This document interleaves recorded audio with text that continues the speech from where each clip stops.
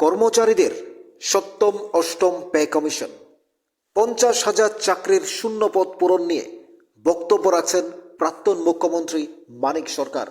শুনুন তিনি কি বলছেন 40 লক্ষ জনগণের উদ্দেশ্যে এবং চাকরি প্রার্থী বা 50,000 শূন্যপদ পূরণ কর্মচারীদের সপ্তম অষ্টম পে কমিশন নিয়ে কি বলছেন তিনি। তারপরে নিয়ে কিছু কথা বলবো আপনাদের সাথে। ফুকতেন আর একবারে মনোযোগ দিয়ে বক্তৃতা শুনবার চেষ্টা করতেন, সেখান থেকে পয়েন্ট তারা নোট করতেন।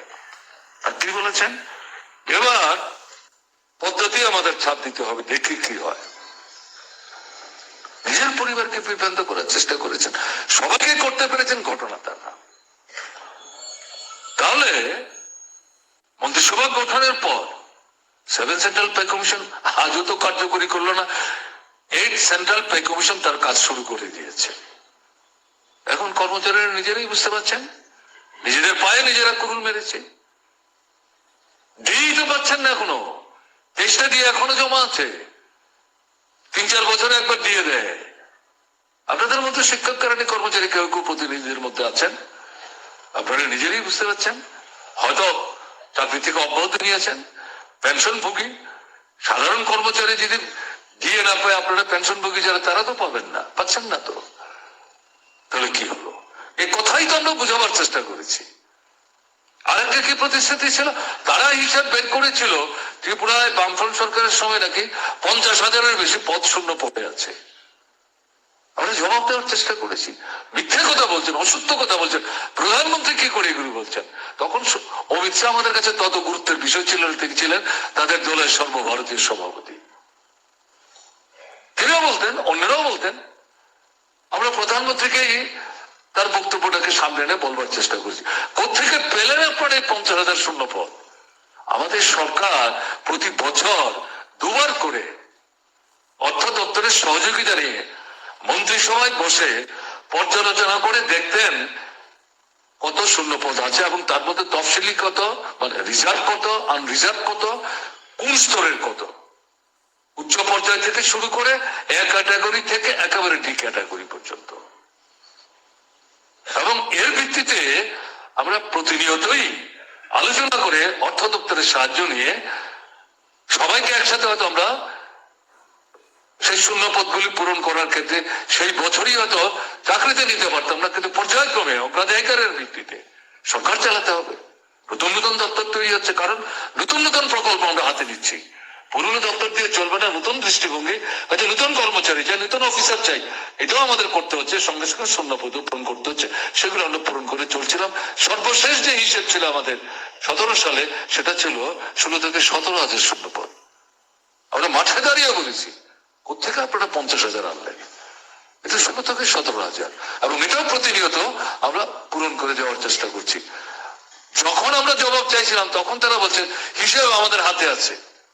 দেখবেন আমরা যখন সরকারে যাব, প্রথম দিন মন্ত্রিসভা তৈরি হওয়ার পর দ্বিতীয় আমাদের সিদ্ধান্ত হবে এই শূন্য 50,000 পদ প্রথম মন্ত্রিসভায় আমরা সিদ্ধান্ত নিয়ে তাদেরকে নিয়োগের ব্যবস্থা করব। আমি দুটো গুরুত্বপূর্ণ বিষয়ের কথা বললাম। তাহলে এই সরকার তৈরি হওয়ার পর এখন তো 7 বছর পূর্ণ হতে চলেছে, মুখ্যমন্ত্রী পাল্টেছে, দল তো একটাই। তো এখন যিনি মুখ্যমন্ত্রী, তিনি সেই সময় দলের সভাপতি ছিলেন, কে জানে না। তার অজ্ঞাততে এই বক্তব্য প্রধানমন্ত্রী রেখেছেন, ঘটনা তা না, বা প্রধানমন্ত্রী তার সঙ্গে পরামর্শ করে এই বক্তব্য রাখবো, এটাই তারা ঠিকঠাক করেছেন। তাহলে যখন তিনি সভাপতি তখন অন্য ভদ্রলোক মুখ্যমন্ত্রী, এখন তিনি নিজেই তো মুখ্যমন্ত্রী। এখন তো 50,000 শূন্য পদের কথা বলেন না, হিসেব তো শুনলেন আপনারা, সুদনের কাছে অন্য হিসেব। কর্মচারী যা ছিল তার থেকে প্রায় 55 থেকে 56,000 সংখ্যা কমে গেল। শূন্যপদের হিসাব কে রাখে, কে দেয়, কে কার কাছে যাবে, বুঝে গেছে সব। শূন্যপদ পূরণ হয়নি তো। 50,000-এর প্রশ্ন ছিল না, 16 থেকে 17,000 তো ছিল, সে তো আমরাই বলেছি। তো আপনারা 7 বছর হলো, সেগুলো পূরণ করুন। সেগুলো তো পূরণ করেনি, নতুন শূন্যপদ তৈরি হয়েছে। আমি দুটো বিষয় শুধু এখানে বললাম, বাদ বাকি আমি নাই পেয়ে গেলাম। সারা দেশে 200 দিনের রেগার কাজ নাই, ত্রিপুরা এসে।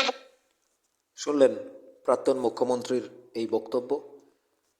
সপ্তম পে কমিশন দেয়নি রাজ্য সরকার, প্রতিশ্রুতি দিয়েছিল, অষ্টম পে কমিশনের কাজ শুরু হয়েছে, তোপ ডেকেছেন এবং 50,000 চাকরির শূন্য পদ পূরণের কথা বলেছেন।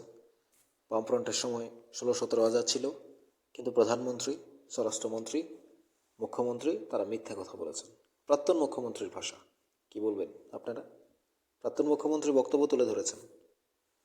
প্রাক্তন মুখ্যমন্ত্রী কখনো বলছেন ঘুষের চাকরি হচ্ছে, কখনো বলছেন বহির্রাজ্যের ছেলেমেয়েরা এখানে এসে চাকরি করতে পারবে না, এরকম কোনো নির্দেশিকা নেই। আজ বলছেন 50,000 শূন্য পদ পূরণ হয়নি, কেন? জবাব চাই। তাদের সময় নাকি 16-17 হাজার বেকার ছিল 7 বছর আগে। এখন সেটা তাদেরই বক্তব্য 7 লাখ বেকার আছে রাজ্যে। প্রতি বছর 1 লাখ করে বেড়েছে, কিন্তু তাদের সময় ছিল মাত্র 17,000, 16-17 হাজার। বক্তব্য পাল্টা বক্তব্য। রাজ্যের মাননীয় মুখ্যমন্ত্রীকে টোপ ডাকছেন, প্রধানমন্ত্রীকে ডাকছেন। প্রধানমন্ত্রী নাকি মিথ্যে কথা বলেছেন। আপনাদের কি মনে হয়? প্রাক্তন মুখ্যমন্ত্রীর বক্তব্য আপনারা শুনলেন। আপনাদের মতামত অবশ্যই কমেন্টস বক্সে জানতে চাই। থাকুন নিউজ ত্রিপুরা 1 চ্যানেলের সাথে। বামফ্রন্টের সময় যে পে কমিশনগুলো ছিল, সপ্তম পে কমিশন, বামফ্রন্ট দেয়নি কেন? সে প্রশ্ন তো উঠে আসে।